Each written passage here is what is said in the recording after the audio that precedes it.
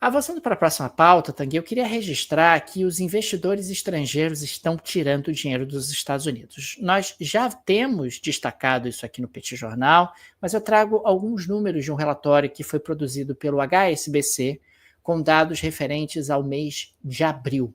No mês de abril, 41 bilhões de dólares foram vendidos por estrangeiros de títulos do Tesouro Americano, chamados Treasuries. 19 bilhões de dólares em ações foram vendidas, 10 bilhões de dólares em títulos de agências governamentais também foram vendidos esses títulos. Os investidores canadenses, Tanguy, lideraram as saídas. Né? Os investidores canadenses acabaram sendo aqueles que mais venderam, seguidos por chineses, e também tivemos vendas de cidadãos de Singapura, países do Golfo Pérsico, Japão e Taiwan. Todos esses países aqui citados, eles tiveram saída líquida de investimento dos Estados Unidos. Quer dizer, você investe, você desinveste. Se você desinveste mais do que investe, você tem uma saída líquida. Ou seja, existe ali uma percepção de que os Estados Unidos apresentam uma instabilidade econômica que não estava no radar anteriormente. A política tarifária do Trump é vista como um elemento de instabilidade e também a fragilidade fiscal. Fora isso, existe uma percepção de enfraquecimento do dólar e ninguém quer ter o seu dinheiro investido numa moeda que se desvaloriza. É interessante observar que aqui no Brasil, por exemplo, nós temos tido uma queda da moeda americana, mas a moeda europeia não está caindo, ou pelo menos não está caindo no mesmo ritmo. Tivemos ali uma taxa de câmbio em relação ao dólar que veio aqui para 5,50, mas a taxa de câmbio em relação ao euro continua lá em cima, continua 6,30, 6,30 e pouco, o que sugere, Tanguy, que quem está ganhando, não é o real que está ganhando força, é o dólar que está perdendo força em relação às principais moedas do mundo, incluindo aí o próprio real. É novo, isso é algo absolutamente novo. Quer dizer, você tem investidores importantes de países aliados dos Estados Unidos que estão tirando dinheiro dos Estados Unidos, porque consideram que talvez não seja exatamente o melhor lugar para você manter o seu capital aplicado, o que é algo diferente do que nós sempre vimos na dinâmica de fluxo de capitais internacional. Daniel Souza, eu queria falar um pouquinho sobre a Europa, porque a Europa está numa situação complicada. Aliás, a gente vem falando sobre isso aqui o tempo todo. Aliás, a gente tem curso lá no Petit Cursos, né, para falar sobre isso, né, para falar sobre como é que a Europa está numa posição complicada, difícil, porque a Europa não cresce economicamente, ela precisa de estímulos fiscais para poder crescer. Ao mesmo tempo, ela tem, desde a sua criação lá, a União Europeia, né, como instituição, lá na década de 90, uma série de travas para o déficit fiscal. Então, os países eles não podem ter um déficit fiscal superior a 3%.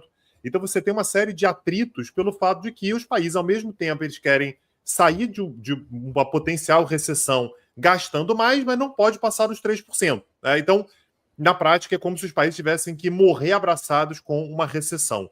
Tudo isso num cenário de complicação do cenário da segurança internacional, em que a OTAN demanda que os países gastem pelo menos 2% do PIB em defesa, e aparentemente o que vem pela frente aí é a OTAN aumentando de 2% do PIB para inacreditáveis 5% do PIB.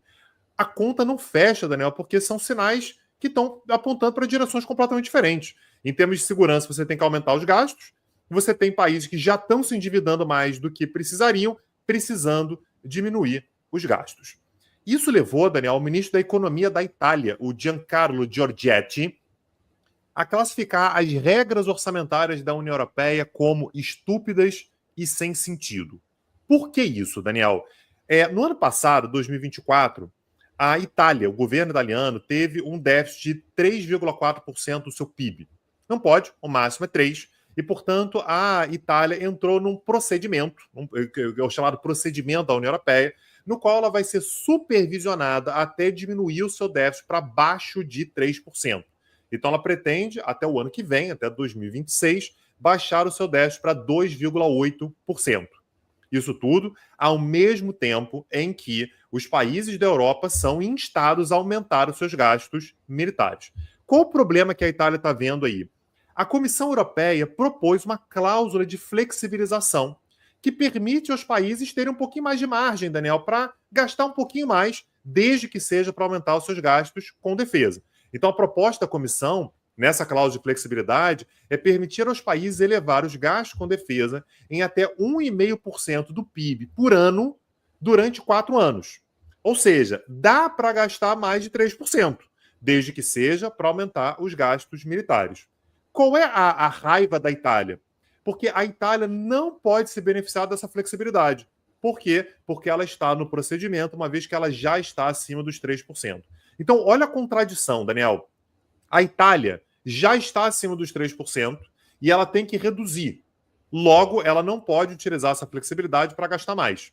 A Alemanha, por exemplo, que está dentro dos 3%, cumprindo as regras fiscais, vai poder ultrapassar os 3%. O que a Itália está dizendo é, isso não faz sentido. Se a Alemanha vai poder gastar mais para poder modernizar suas forças armadas e vai poder ultrapassar os 3%, por que a Itália, que já está acima dos 3%, não pode ficar acima dos 3% também para modernizar o seu aparato militar? Então a Itália, Daniel, que tem uma presidente, uma primeira-ministra, né, que foi eleita exatamente com a pauta de crítica à União Europeia, né, a Giorgia Meloni, essa era a pauta dela. Os eleitores dela são exatamente dessa vertente, meio eurocético. Ela foi eleita junto com um grupo, com o Matteo Salvini, que é um cara crítico à União Europeia, junto com o Silvio Berlusconi, né, que já não está mais nesse plano, né, mas era um cara muito crítico à União Europeia. Eles aproveitam exatamente para fazer uma crítica. Olha, as regras fiscais da União Europeia são estúpidas e sem sentido. E nesse ponto aqui, Daniel, não dá muito para discordar da Itália, né? A Itália está sendo coerente. Se vocês estão pedindo para aumentar gasto militar, deixa a Itália aumentar gasto militar também e ficar acima dos 3%. Por que eu não vou poder e a Alemanha vai poder só porque a Alemanha já estava dentro dos 3%? Enfim, faz parte dos debates acerca de uma reconfiguração da posição europeia no sistema internacional, Daniel. A Europa está numa posição muito difícil porque ela não cresce economicamente, ela envelhece, ela não é forte militarmente o suficiente para garantir a sua própria defesa, sua própria segurança, depende muito dos Estados Unidos, e precisa manter uma estabilidade fiscal, ao mesmo tempo que precisa gastar mais para poder se defender. Não sei, Daniel, mas parece que a Europa, de fato, ela tem debates muito sérios a serem feitos internamente, e me parece que até agora não tem nenhum caminho para fazer isso, né? A Europa numa posição muito difícil no cenário internacional nesse momento. Está num cenário muito difícil porque não há unidade realmente do que fazer, né? Qual é a estratégia que deve ser seguida.